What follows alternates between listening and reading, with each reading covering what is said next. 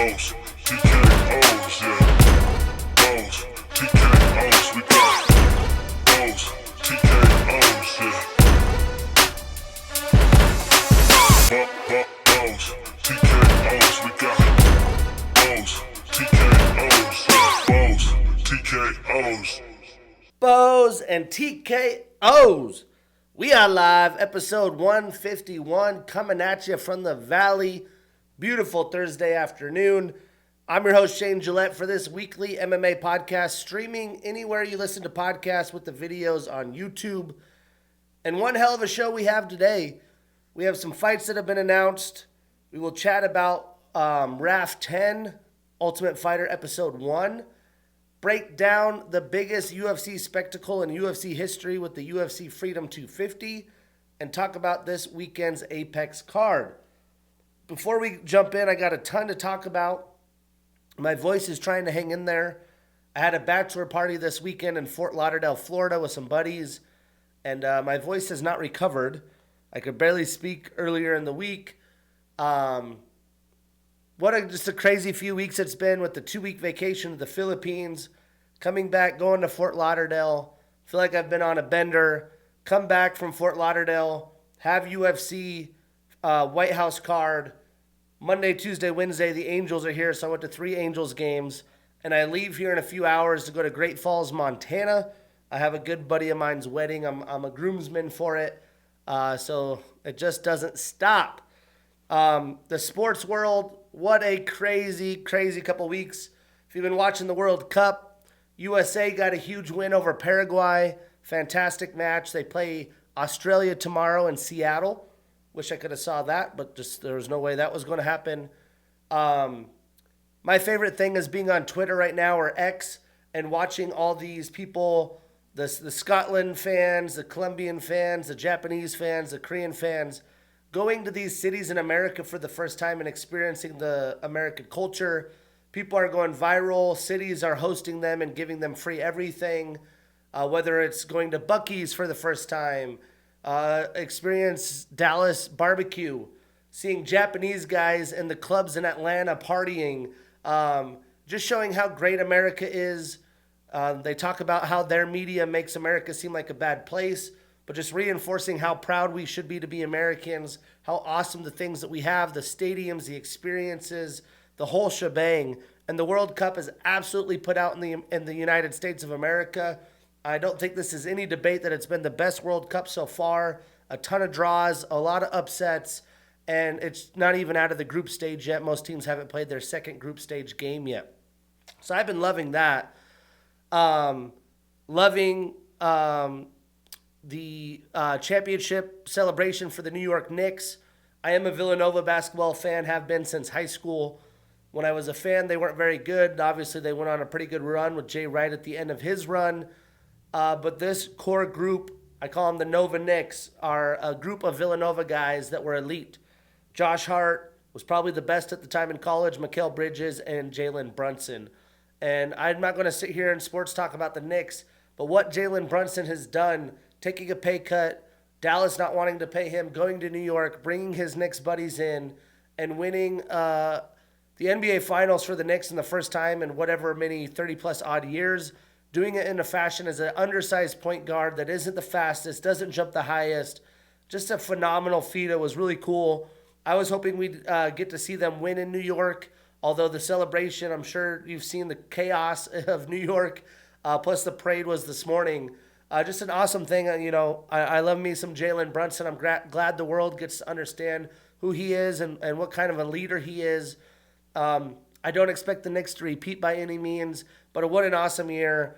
The Spurs, the biggest upset comeback from behind victory in NBA Finals history. I think they said that they had been a 93% odds of winning each game because they were winning late. But very young and inexperienced. The Knicks are a bunch of men. They've been there. They've done that. Carolina handling Vegas in the NHL championships. So much happening in the sports world. But for me, it was all about what down on Sunday for the UFC Whitehouse card, and we'll jump into that in a minute. But some fights that have been announced. We have John Paul Laboznian taking on Sok Hyung Ko July 18th. And then Amanda Hebos is out of her fight against Fatima Klein. Tabitha Ricci is stepping in July 18th. That's quite a doozy on short notice. We have Dante Johnson and Eric McConico August 8th. And a bunch of fights going down. UFC 330, that'll be August 15th in Philly. We have Vicente Luque and Trayshawn Gore. Aaron Blanchfield and Jasmine Jazdavicius. Great fight. We have Edson Barboza and Esteban Rabovics. I'm surprised that Edson's taking that fight, but he's down for some bangers. And then the two title fights, we have Mackenzie Dern taking on Jillian Robertson. That would be a fun one. And Islam Makhachev returning against Ian Machado Gary, finally official. Lastly, we have Jackson McVeigh taking on Wes Schultz August 22nd. That's going to be pure chaos. But this past weekend, we had RAF 10 as well. A lot of big-name fights, including Khamzat Chimaev with a quick pinfall against Dylan Dennis. He was trying to put him in a choke. Khamzat kicked him. There was a massive brawl, way bigger than the Arman Sarukian brawl. So RAF still trying to steal some headlines. We had Arman Sarukian with a dominant tech fall, 10-0 over Tony Ferguson. Arman's on every card. No offense to Tony Ferguson. We could have saw that coming. Aaron Pico in his RAF debut with a tech fall, 12-1 over Lance Palmer. Austin DeSanto in a close matchup, 2-1 over Ranieri Ortega. And then Keegan O'Toole with a 10-6 victory over Bekzab Abdurrahmanov. So fun stuff. Plenty of RAF action. RAF 11 coming up soon. I think that's the Georgia card. And then RAF 12 announced in Cleveland, Ohio. But we had the Ultimate Fighter kickoff on, I think it was Sunday, actually. We have DC and Michael Bisping, two vets, as the Ultimate Fighter coaches. I enjoyed the banter that we're seeing from them early on. I don't know much about the fighters. I don't do research before Ultimate Fighter. I like to watch it, become fans of people if they get into the UFC, someone I can root for. But how about DC and his coaching? Ends up picking a massive underdog, taking on Bisping's number 1 seed in the strawweight division on the women's side of thing. And she ends up starching her. They thought that she was going to have to wrestle her, that the other girl couldn't handle the wrestling. I think the moment was too big. She wasn't active. She didn't throw, because they showed footage of her sparring Mackenzie Dern, and she was taking it to Dern. I think Dern was probably surprised by how violent she was in sparring, body kicking her, head kicking her. But the number 1 seed goes down. Awesome win. Cool story. Great way to welcome the Ultimate Fighter. We'll be talking about that each and every week. But let's talk about where all the action is. Still going viral on social media. The photos, everything. UFC Freedom 250. I went 5-2 on my picks. Overall, 921 wins, 448 losses, 14 no contests and draws. On the year, 141 wins, 58 losses, 3 no contests and draws. Your boy's staying hot. And I have a little bit of a shafted relationship to my experience, because I was flying back from the bachelor party. I was going to meet some friends for a White House watch party. Even though I didn't have the energy for it, it's the White House card. I'm going to do it. My plane gets delayed. Every plane was delayed because of some storms. Because of that, I was boarding right before the White House card. I was like, cool. I fly American Airlines. I get free Wi-Fi as a credit card holder. The Wi-Fi's down. I don't get to see any of the White House card stuff. I want to watch it live when I get back, although it's still going on. I think by the time I made it home, the co-main event was on. And I'm trying not to see what's happening. My phone's blowing up with notifications. People are messaging me on Instagram. They're texting me because I'm the UFC guy they all want to banter with. And I ended up seeing some stuff I didn't want to see, so I knew about some results. I didn't, I'm fast forwarding, trying to catch up and skip some of the dead time because there was a weather delay at the beginning. But man, how about the production of this fucking event? God was on their side. A storm went through DC and literally split off from north and south part of the area. The White House, the weather was damn near perfect. The video production, the packages, the troops being there, the live singing for walkouts, the visuals, the actual production of the fights, how they showed out, the fans at the Eclipse, the flyover, the images of the White House in the background, the 80,000 fans at the Ellipse.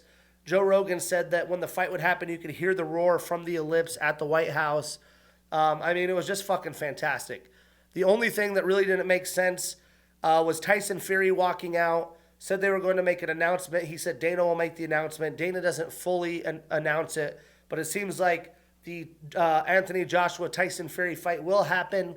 Tyson might have a tune-up fight before, and it will be under Zuffa. So that is big news, but it was weird that they had him walk out, and none of that's official. Everyone is saying this is easily the card of the year. I disagree when it comes to full production of a card. First off, only 7 fights. There was some very lopsided matchmaking. I almost had a parlay. I bet 6 of the fights all by finish.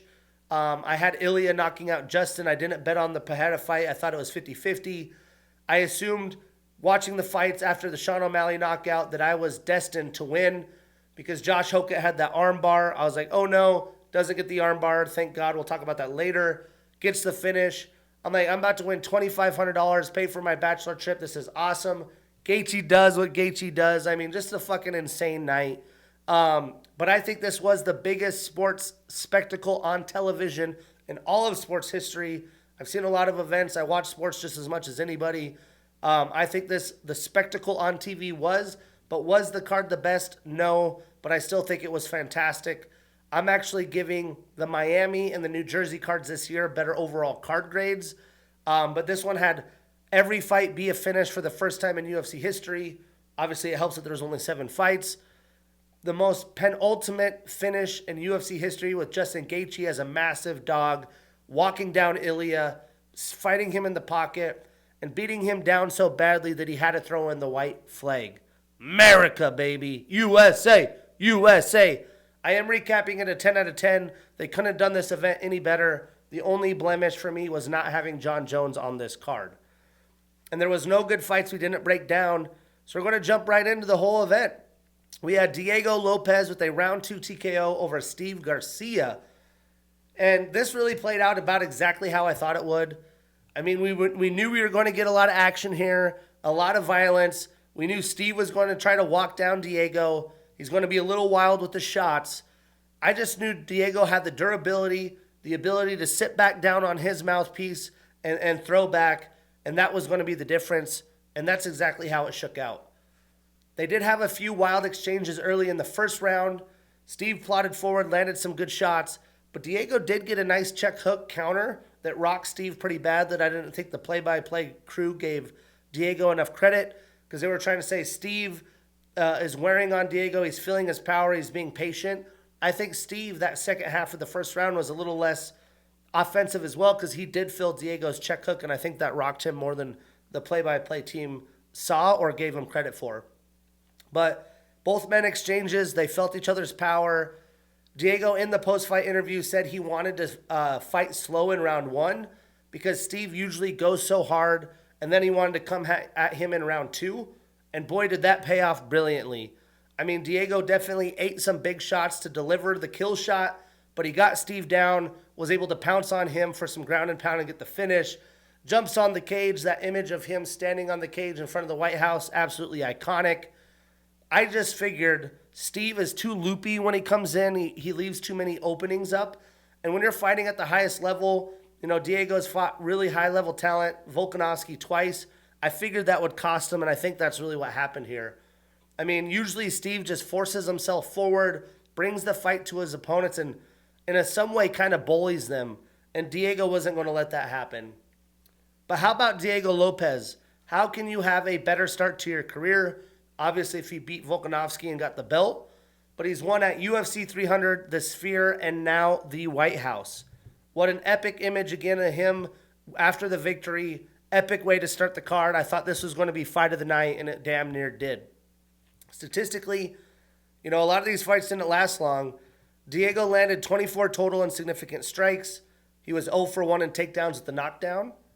And Steve landed 47 total insignificant strikes. So Diego now starts a new winning streak. He's 5-2 since 2024. He's always been active. He does stay at number 2. And Steve ends that nice 7-fight winning streak, starts a new losing streak. He only moves down 1 spot to number 10. But what's next for these dudes? I mean, I can't wait to see them fight ever. I mean, I love watching these guys fight. Diego has mentioned that after losing to Volkanovski twice, he's kind of log-jammed in the featherweight division. that he'd be interesting in moving up to lightweight. I do think that'll be the next move for him. It's hard to pick a fight for him. I think the winner of the BSD Paddy Pimblett fight would be perfect because that is coming up in July. And for Steve, let's square him up with Aaron Pico. What a banger that would be. Then how about the Bo Show, baby? Bo Nickel with a round 1 TKO over Kyle Dawkins. I mean, what a brilliant display. A Trump favorite on White House lawn. He absolutely dominated this fight. He caught an early head kick, grabbed Kyle, was able to get him down pretty much at the beginning of the fight. And after that, he controlled majority of the round. He was doing very good in guard. He landed a nasty elbow, sliced up Kyle. I can't believe that the official, absolute terrible decision-making, stood the fight up, which in a fight where Bo is such a grappling heavy fighter and dominating and offensively dominating, that could have been a differentiator in this fight. But Bo went right after it, probably thinking that he had worn Kyle out, and he sat him down, finished him up with ground and pound as well. But still, the fact that the official stood that up, absolutely terrible, blows my mind. He should be fined for that. It only took Bo 44 total strikes, 16 of them significant, most of that ground and pound with the takedown. He had 3 minutes and 14 seconds of control time and a knockdown. And Kyle only landed 26 total strikes, most of that pitter-patter from bottom, with 2 of them significant. So Bo extends that winning streak to 2. He's 4-1 since 2024. He is now a ranked fighter at number 15. And Kyle ends his nice 6-fight winning streak. He moves to 2-1 in his return to the UFC. So what does the UFC do with Bo next? He's still like 9-1. I don't think we need to force him into the top 5. I would like him to fight Roman Dolidze. I think that's the perfect opponent. And for Kyle, how about Jacob Malkoun? That's the fight to make. And again, lopsided fights. Like we knew Rufy was probably going to starch Chandler. Mauricio Hufi with a round 1 TKO over Michael Chandler. As much as Michael talks about still wanting to be a guy, show that dog in him in the fight game, he was just running all over the octagon. He did not want anything to do with Rufy's hands. What he would do is run around and then try to kind of burst in, close distance. He looked for some half-ass takedowns, but he shot from too far away.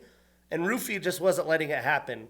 Rufy was so calm. He wasted no energy bouncing around. He was just trying to find the kill shot, measure up Chandler. He was just too talented for a now 40-year-old Chandler. We all expected that. Rufy was too long, too rangy with the strikes, and too fast for the veteran. And he made him pay every time he tried to close distance. But eventually he cut the cage off. He kind of guarded up. Rufy had some nice body shots. Finally got him on the finish. At this point, I do think Chandler needs to retire. There has been rumblings of him doing so. I would not be surprised if he retires. Statistically, Mauricio landed 20 total strikes, 19 of them significant with 2 knockdowns.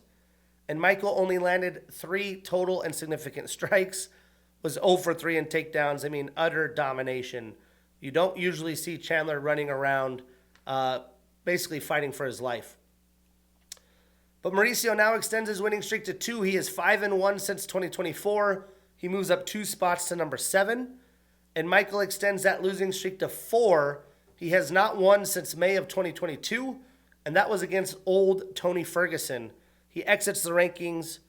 Again, I think his days are done. Maybe he gets an out fight, an easy retirement fight, but I do think he'll retire, so I'm not going to book him a fight. For Mauricio, I do think he's going to have to let things shake out in the division. I honestly, I'll talk more about this, think Gaethje retires. So I think Arman and Ilya fights. I think Ilya comes back to this division or stays in this division. They'll probably fight maybe in November if Ilya is healthy enough. And for Charles, I think Charles and Mauricio is potential. Unless they want to let the division shake out, there's not clear opponents. So I'm going to go with Charles Dubronx and Mauricio Hufi. I think that would be absolutely fantastic. Moving on, another 40-year-old versus a man in his prime. We had Josh Hokett with a round 2 TKO over Derek Lewis. I was hoping Derek would show up in a little bit better shape. It didn't seem like he did. He took some big swings, had some big misses. Josh ran circles around him, took him down, really did anything that he wanted. Once Derek was taken down, it didn't seem like he had the desire to fight back up, wrestle up. He just kind of accepted being down on his back. And at that point, Josh was like, well, let me try for this arm bar. I don't know if he was seriously trying to get the arm bar or what.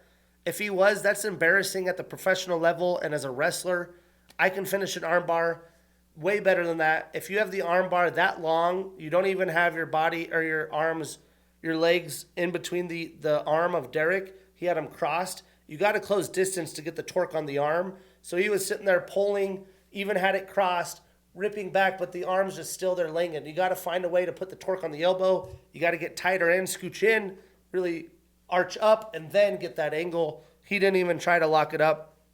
But hey, for me, I was happy because I had that parlay in there. I had a Hokit TKO, and all I needed was Ilya. And many people like myself assumed that was locked up. But regardless, dominant performance by Hokit. Derek Lewis does need to retire. Again, he might get a send-off opponent, but his days are past him. Statistically, Josh landed 105 total strikes, 86 of them significant. He had 2 takedowns in 3 attempts, with 4 minutes and 4 seconds of control time, a submission attempt, and a knockdown. And Derek, much like Chandler, not much to fight for. He had 8 total strikes, 7 significant, was 0 for 1 in takedowns. So Josh stays undefeated. That winning streak is now to 10, 5-0 in the UFC, moves up 1 spot to number 4. Derek extends his losing streak to 2. He is 2-2 since 2024 and drops 2 spots in the rankings to number 11. So what's next? Well, Josh has been calling for Alex Pereira, but I think he returns to light heavyweight. So I think his best bet at the top of the rankings is his bad-blooded opponent, Waldo Cortez Acosta, because he's probably going to be able to either get Sergey Pavlovich or Waldo. I'm assuming he'd want to take Waldo. And for Derek, again, maybe a send-off fight, but I do think he retires. Then we had the motherfucking Sugar Show, one of the most dynamic performances and finishes on the White House card, one of the more viral moments. Sean O'Malley with a round 2 TKO over Ayman Zahabi. I knew it was going to happen. I just knew we were getting a Sugar knockout the entire week. I felt like Ayman doesn't have the athleticism and the range of movement that Sugar does. But when they showed Ayman up against the cage during the Bruce Buffer announcement, he looked absolutely terrified, taking big breaths. It seemed like the moment was too big for him, and I knew at that moment it was over. All Ayman did in the first round was run around the octagon in that Philly shell defense and then kind of charge in and spam those awkward leg kicks at distance, which, yes, some did land clean. Sean's leg was red, but I don't think they were as impactful as the play-by-play made it seem like, because he was spamming them from so far from distance. Ayman did have an interesting game plan, though. If you look at him and Faraz, how do we beat Sean? Well, let's avoid being hit. Let's move in that Philly shell. Let's not let him get into range for that right hand or some big kicks. And let's try to take out Sugar's legs to try to slow him down. And if we could slow him down, we have a fighter's chance. Take some of that power off as well. And he did have some success. But again, I think Sugar gained confidence the longer the fight went on, as he just kind of walked through some of those charges and then just kept going. And Sugar didn't fight the normal way that Sugar does. He wasn't feinting with the hip like he was going to kick. He barely threw any kicks, which definitely surprised me, because he had one thing in mind. I am too good of a striker. I am going to box Ayman. I am going to get a saluted walk-off knockout, and that's exactly what transpired. I mean, once he finally found the mark on Ayman, before Ayman even hit the octagon, Sean's over here saluting. You know, they could have kept the fight going, but Sean said, I would have just followed him up and ended him. That's probably the truth. But an amazing viral moment. The Sugar Show continues to rise above it. And how about that walkout? The lady trooper singing Lupe Fiasco, Superstar, awesome moment. But I was surprised that Sugar was just so confident in knocking him out with his hands. He didn't throw his kicks, didn't do those feints, but he was so confident he could outbox Zahabi, and that's exactly what happened. Statistically, Sean landed 41 total and significant strikes with the knockdown. Ayman landed 32 total and significant. So Sugar extends that winning streak to 2. He is 3-2 since 2024. He does move up one spot to number 2, leapfrogs Umar Nurmagomedov. And Amin ends that nice 7-fight winning streak, starts a new losing streak. He stays at number 6. So I do think Suga, he's made it clear, will probably wait for the winner of Merab and Petr Yan because that's probably what's going to be booked. But if Umar does get a nice win against David Martinez, there is a chance that Suga and Umar have to wait a long time because we don't even know when Petr and Merab can fight, or they decide to fight each other for the true number 1 contender fight. I hope that happens. I want to see that fight, but I'm assuming they wait it out. And for Amin, I would like to see him fight Marcus McGee. Then for the heavyweight title, this was one of the fights I got wrong. This was so 50-50 in my mind. I just wanted the triple strap fun. We had Cyril Gane with a round 2 TKO over Alex Pereira.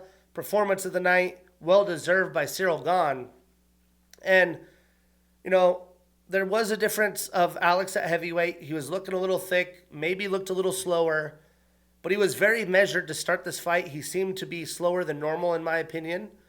But he was trying to land this powerful right hand. He wasn't throwing as many kicks as we've seen him do. And Cyril was bouncy. He was flowing. He was mixing in attacks well. You know, they definitely both landed some good shots. They had rocked each other in the first. But in the second, as Alex was trying to plot forward, Cyril landed a stiff left jab, caught Alex off guard. He kind of walked into it, sat him down, tried to grab a leg and wrestle up and survive. And Gane was just unleashing hammer fists and going after it. Credit to Alex to even get back up, which is insane. But when he had him back down, he was doing some elbows and some hammer fists. People are saying they were all back of the head. There's been videos that are showing it. The back of the head is such a tough thing to call for an official. I do think a couple landed, but I think majority of them were on the side in legal shots. So I'm not going to make a bigger deal of it than I think we should.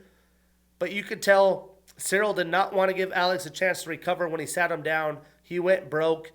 But again, credit to Alex fighting up, staying back on his feet. But he clearly wasn't the same. Gane got him back down and eventually got a massive, massive finish. Tough loss for Alex. Again, I mean, what do? You go and fight heavyweight because you don't have to cut any weight when now you're kind of gatekept. Like, we don't even know when Tom Aspinall is going to fight. I think his team knows he's only got a couple years left. Let's move back down to light heavyweight and we could get right in the mix. Regardless, statistically, Alex only landed 12 total and significant strikes. Cyril landed 54 total and significant. He was 0 for 2 in takedowns with the knockdowns. And I did like that Cyril mixed in some of those takedown looks. But he looked like Josh Hogan against Derek Lewis. He was just flowing and moving so much better. Alex starts a new losing streak. He is 4-2 since 2024. Cyril extends that winning streak to 3. He is 3-1-1 dating back to 2023. So again, what's next? I do think Alex has the ability to go back to light heavyweight, and he could either get that title shot against Olberg, but that return might be too long, so they will probably put him in for an interim light heavyweight title. But either way, I think he could fight for the title immediately. So why finish your career in purgatory of the heavyweight division? I don't think he'd get a title shot anytime soon. You know, he's nearing 40 years old. And for Cyril, it has to be that rematch with Tom Aspinall. I can't wait for that one. But then the fucking main event, man. Justin motherfucking the highlight Gaethje. Round 4 knockout, TKO of Ilia Topuria. Fight of the night, performance of the night. I think they said he bagged $825,000 in bonuses. All I can say is what an all-American badass performance by Justin. I wasn't even mad I lost my parlay. The walkout, standing in front of the Declaration of Independence, the eagle on the screen, him coming out, full American, Ilia coming out looking way too calm and confident, and Ilia and Justin sitting in the pocket, clanging and banging. Justin not afraid to sit there in the pocket and take damage to give it to him. What a brilliant performance he had. Ilia was definitely measured, waiting for that kill shot, but Justin starting the fight off brilliantly. Round 2, Ilia lands a nasty liver shot to Justin, has him down bad, gets on top and tries to find submission finishes. With how rocked Justin is, I'm sure Ilia is just hating himself right now, wishing he let Justin stand back up because 100% he would have got a finish if he did that. but Justin was able to lay on his back for round 2, recover, hang in there. Ilya never really had a beautiful opportunity for a submission on Justin, but Justin's been there. He's done that. Now we're going into championship rounds. Round 3, Ilya's starting to wear it on his face. Justin looks like he's never been touched. Justin still continues to come forward, meets Ilya in the pocket, is ducking over shots, winging big old bangers, and Ilya's just getting pieced up. Lands one to his left eye that Ilya has since said he couldn't see in the 3rd round from his left eye. He gets beat up. They think about calling it because the doctor's doing some eye test. Somehow they convince the doctor to go to round 4, and Justin still comes out, pours it on. Ilya does have a couple spurts of moments, but Justin's in total control every round except round 2. What he had done to Ilya has never faced before. When Charles was willing to sit in the pocket with him, he knocked him out. Max and Alex were trying to outpoint him and fight him from distance, but he found the power spot, eventually cut him off the cage. Justin wasn't going to get cut off on the cage. He was going to come forward and push Ilya back, and he wore on him for 20 minutes to the point that he could not see through either eye. His team put in the white flag. You know, everyone's going to talk about how Ilya's a quitter. He's only 29, not even in his prime window. If you can't see through both eyes, put the white flag in, live to fight another day. He will be back better than ever. I am sure of it. But for an American at such a big underdog to just face the fire, Justin always says, I'm prepared to be killed in there. He fought like it, and Ilya has never faced someone of that demeanor. And Justin got the fucking job done on the White House card. What an epitome, perfect ending that you could ever have for America. I mean, you got to retire after this, right? Why come back? He's fought. He is the highlight. He has all the fight of the years, all the accolades. He's put his body through hell. I don't think we're going to see Justin Gaethje in the octagon again. Statistically, Ilya landed 111 total strikes, 97 of them significant.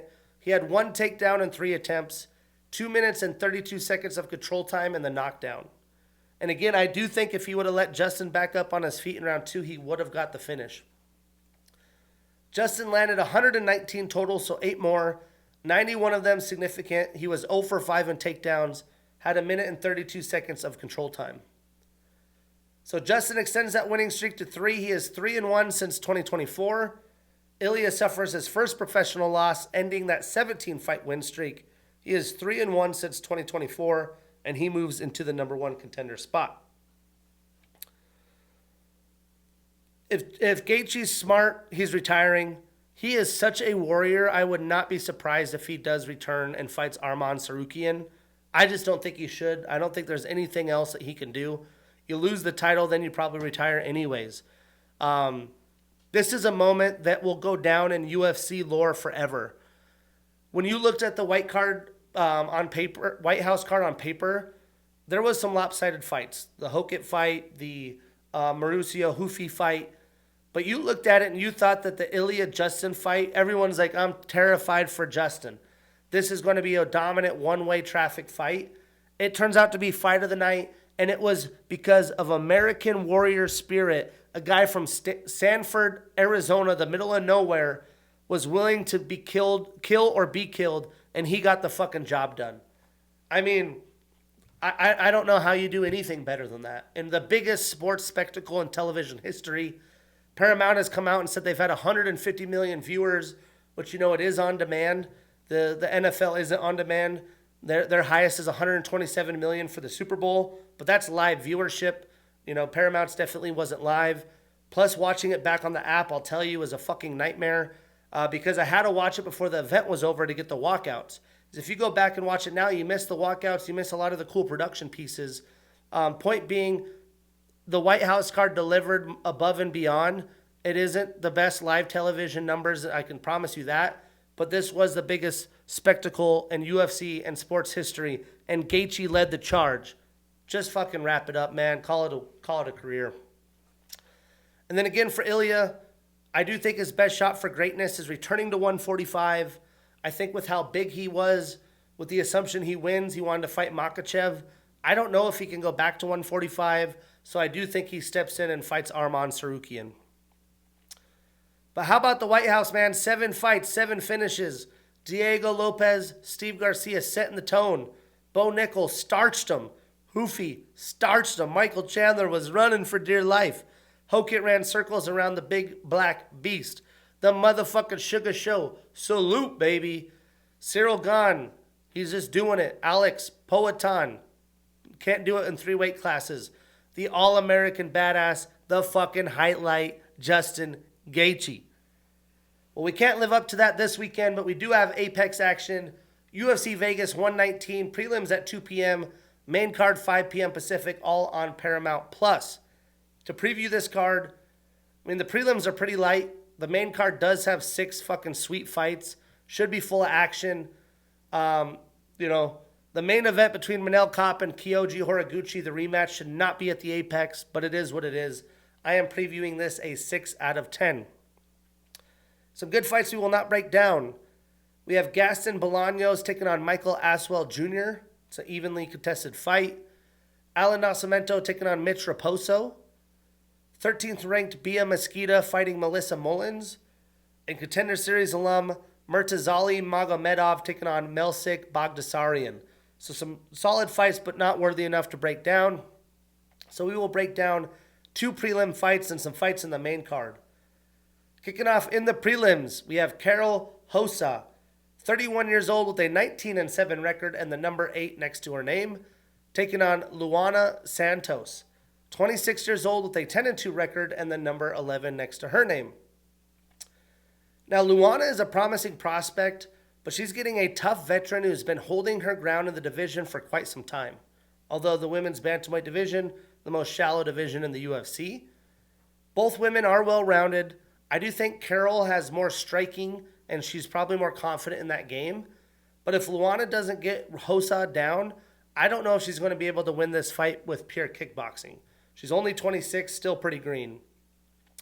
Breaking this down, Carol has a black belt in BJJ, a dark blue belt in Muay Thai. She's a future FC alum. She has the most leg kicks landed in a single UFC bout, which was 95 against Irene Aldana.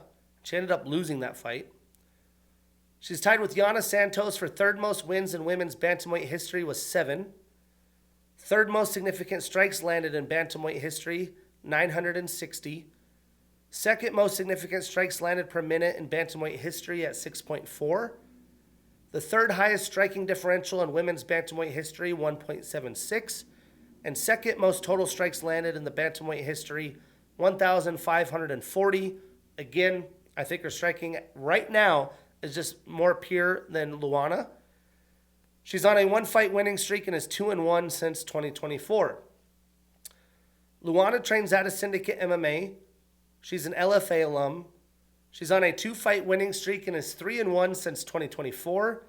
And 5 of her 10 wins are via submission. Now, I do think both women would be happy to meet in the middle. They'll throw their fair share of leg kicks, try to find openings for takedowns. Carol just has more of a wrestling style takedown attempts, where Luana is more judo style. Eileen Perez had very good success taking Carol down and holding her down in her last fight, which led to Eileen's victory. I don't think Luana is going to be able to have success doing that. Could she find a judo toss? Sure. But does she hold her down? I don't think so. And again, I think Hossa has better overall striking, so I think she edges it out in a close decision.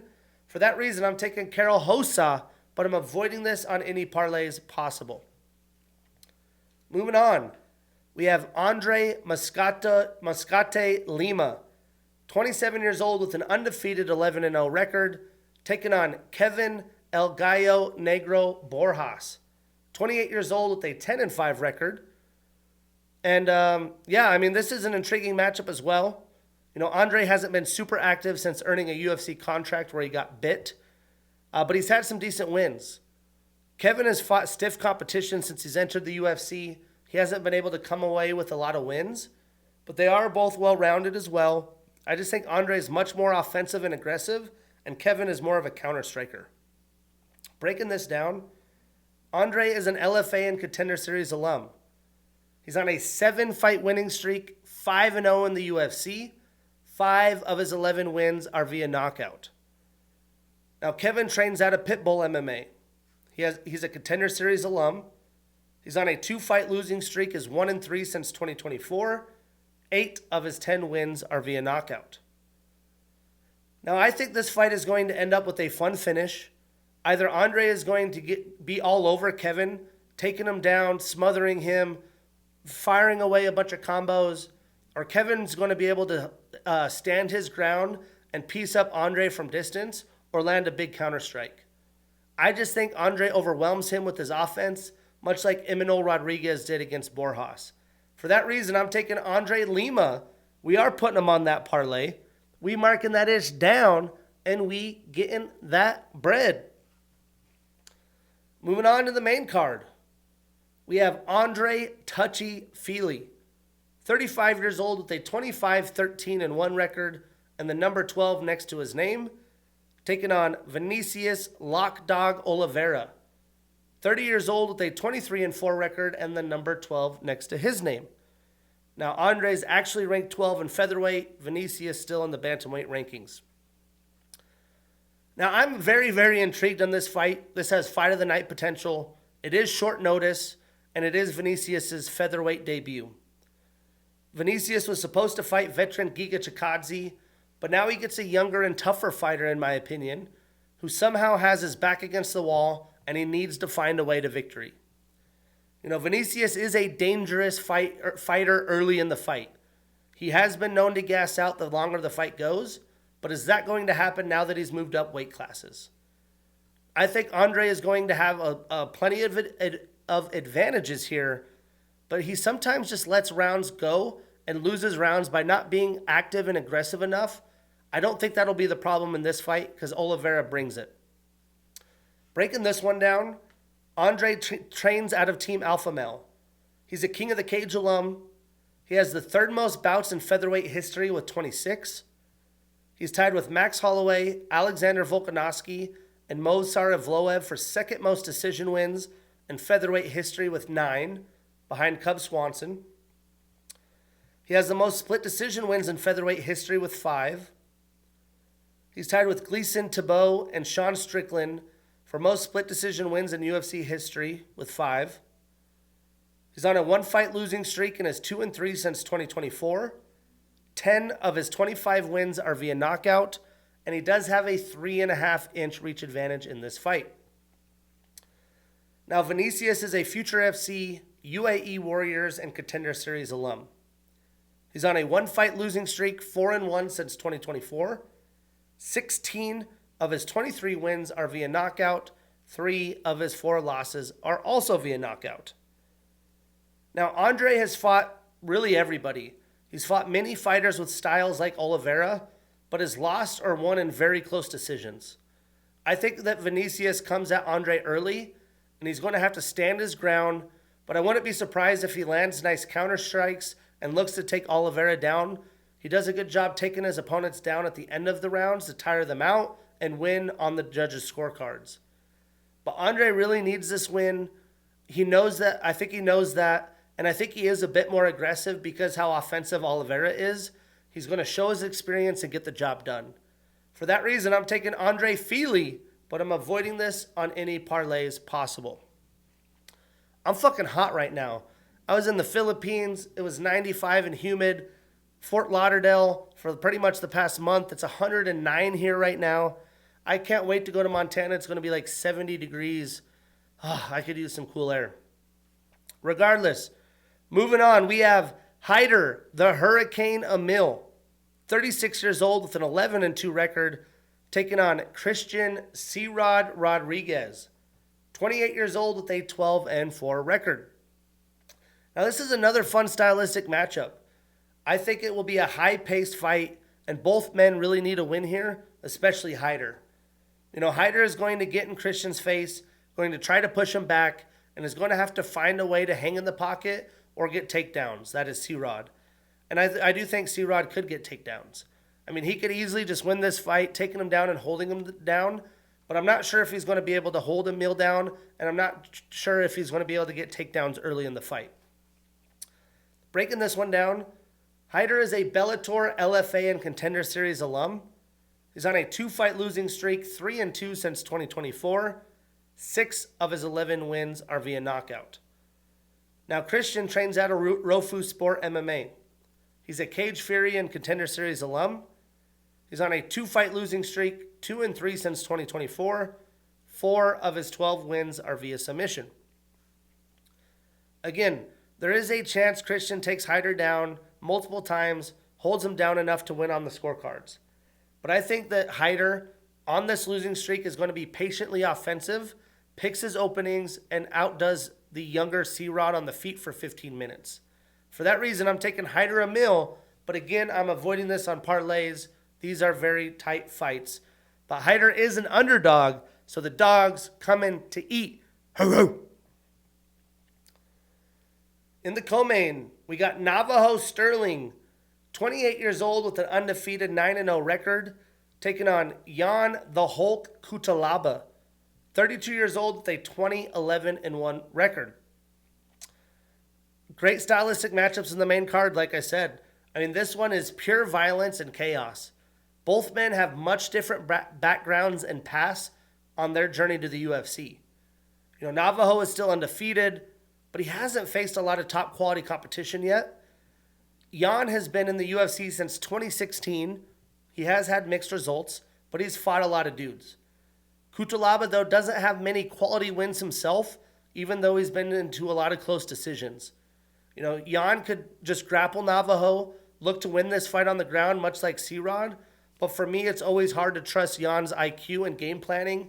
I picked against him in his last fight, and it cost me because I have picked for him many a times before. Breaking this down, Navajo trains out of City Kickboxing, obviously a kickboxing style. He's a King of the Ring and Contender Series alum. He's undefeated on a 9-fight winning streak, 5-0 in the UFC.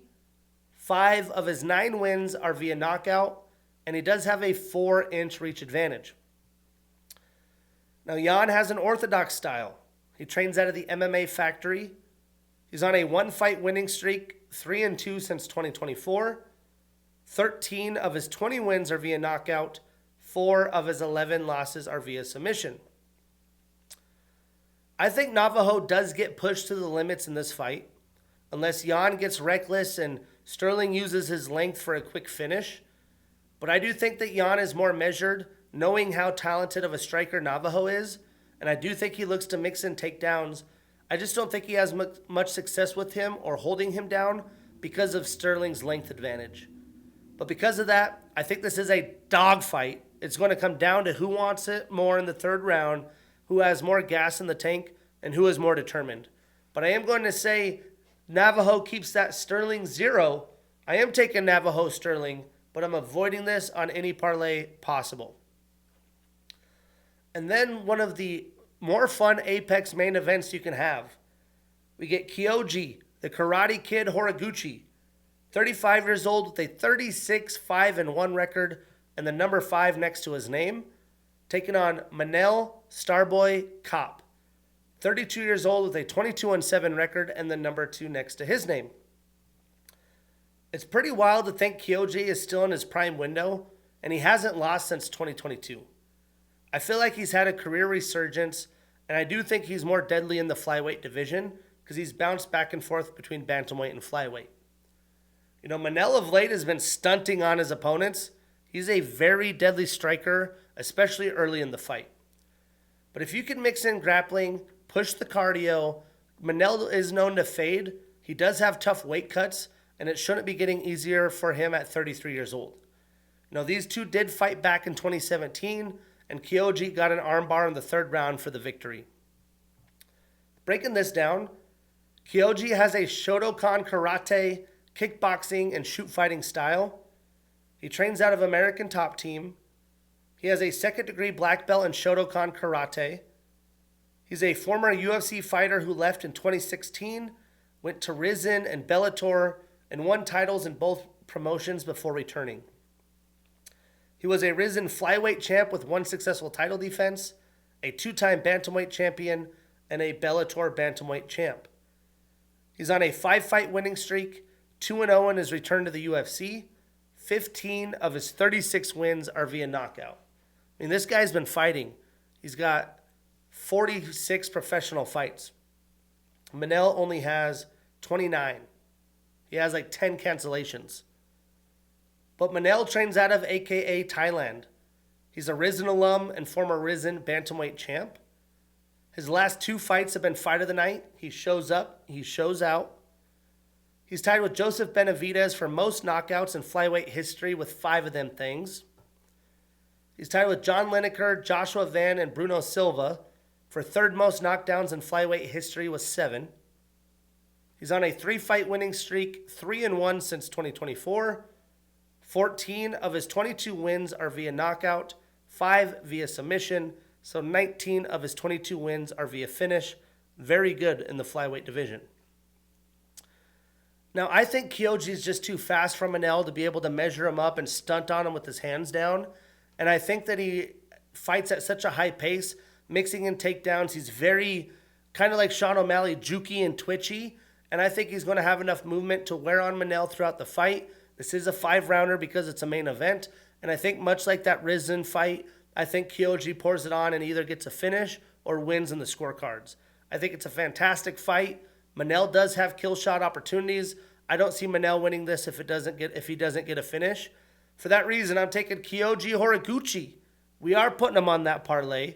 We marking that ish down, and we getting that bread. So if you're a new UFC fan because you watched the White House card, there's a lot of new fans. A couple good prelim fights. But at 5 p.m. Pacific, it's worth tuning into. Andre Fili, Vinicius Oliveira, fantastic fight. Hyder Emil, Christian Rodriguez, fantastic fight. Jan Kutalaba, Navajo Sterling, fantastic fight. And one hell of a main event in the rematch between Gaethje Horiguchi and Manel Kape. And that sets us up for next week. We have another location-based fight night as the UFC returns to Baku, Azerbaijan. It'll be early morning action. It has a bunch of fun fights, good stylistic matchups, and the headliner's a banger.